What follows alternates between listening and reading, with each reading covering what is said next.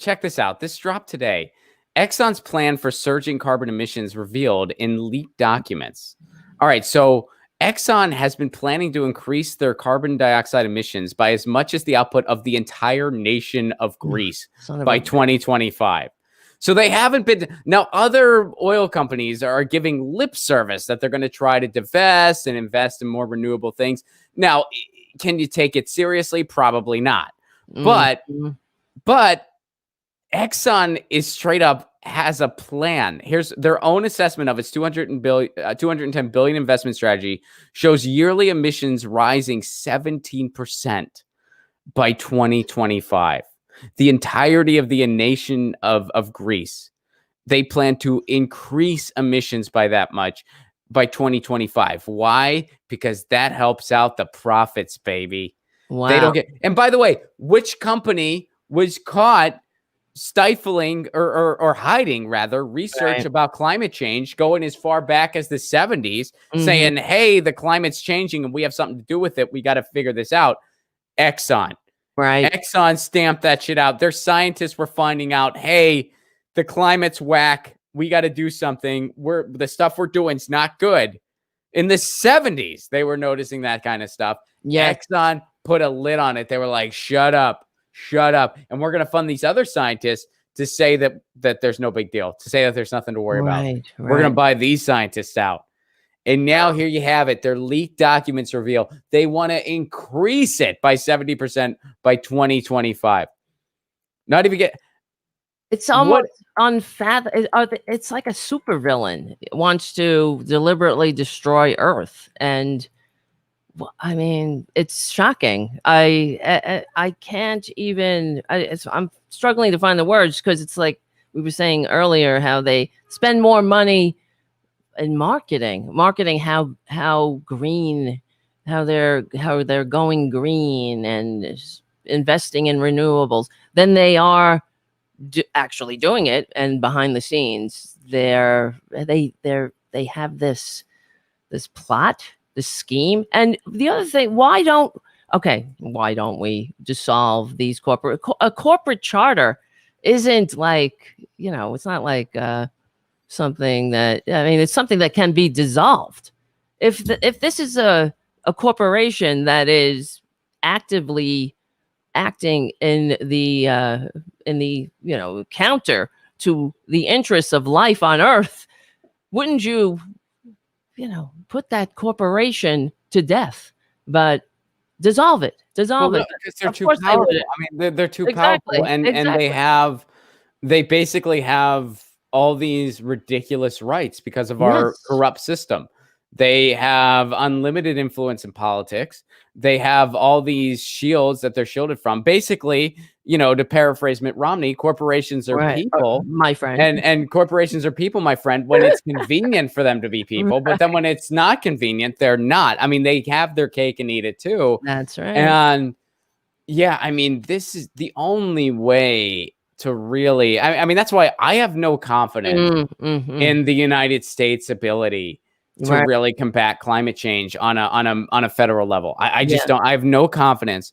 I think that what needs to happen is, first of all, other places in the world need to lead, and we need to follow. I'm sorry, and I feel bad that that's the way I feel, but I had a climate scientist on this show recently, and he said, well, if the United States doesn't lead, I don't see anyone else leading. And I'm like, I really hope that's wrong, because I have zero confidence in the United States leading. Zero.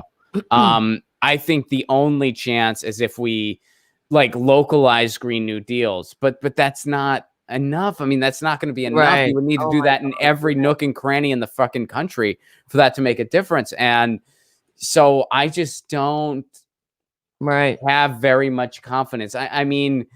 You hope that maybe at the state level we can start doing some things, but at the end of the day, if you don't go after the major polluters, our output as individuals, it only goes so far. And I'm not saying that we shouldn't do our best. Of course, recycle, compost. If you can, try to get an electric vehicle or a hybrid vehicle if you can. And I hope to have all gas-powered vehicles off the road as soon as we possibly can. I'm all for all that stuff. Take public transportation. I'm for all that stuff, 110%. But you also have to realize that 97% of our issues are coming from the Amazons of the world and the Exxon Mobils of the world, and this endless war for oil that is pushed by the war machine that both Trump and Biden are complicit in.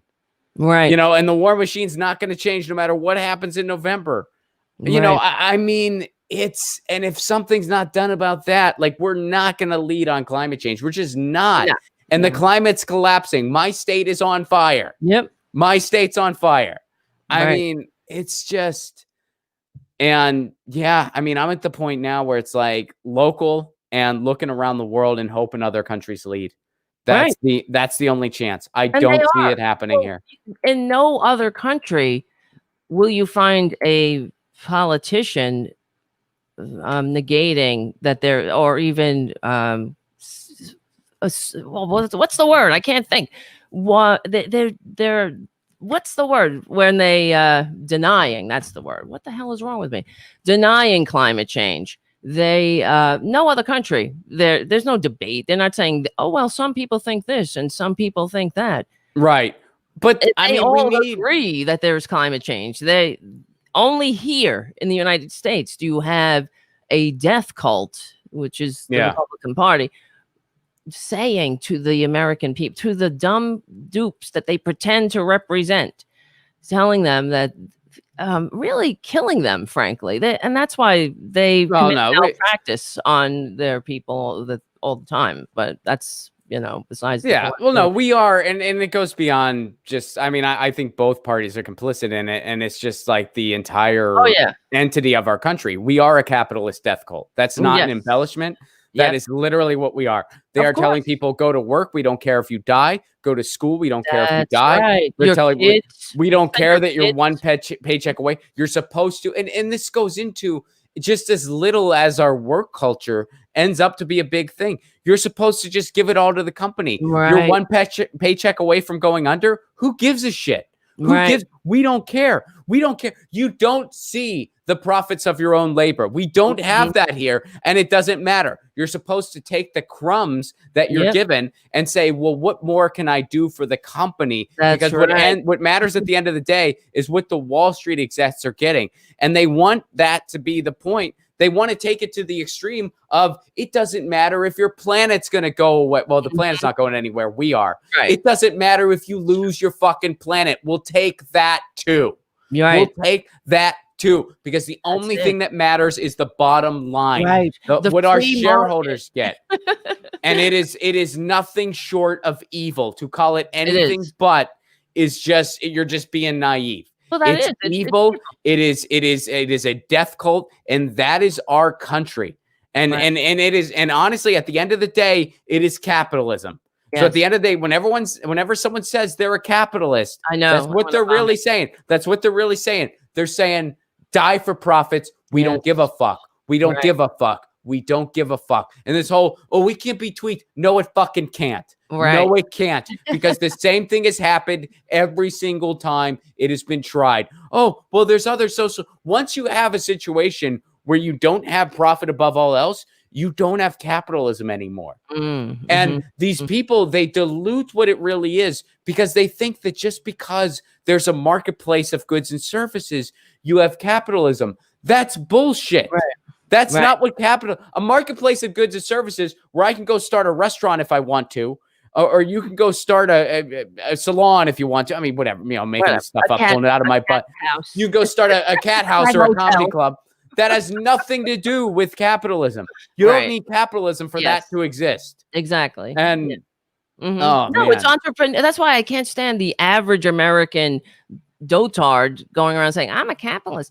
Every time any of these mouthpieces on corporate media, they're always like, I'm a capitalist. I really am a capitalist. Like they're outdoing each other. They genuflect it. They genuflect at the altar of capitalism, like a cult would do. Yes. Like what a fragile little tiny ego, fragile eggshell capitalism you have here, because it constantly needs to be stroked, and you can never criticize it. But we're in this boat because of capitalism. I mean, I always talk about capitalism is the most disgusting, has killed more people. You want to talk about socialism? You want to talk about communism? Of course. They always say, oh, communism killed whatever.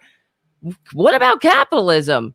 Give me a break. Capitalism gave us things, beautiful things like the Middle Passage, throwing people overboard who weren't profitable while you're taking them to, while you're enslaving them. And if capitalism had its way, it would, honestly, we would be slaves. I mean, we're already, it would, if it could have outright slavery again, it would have it.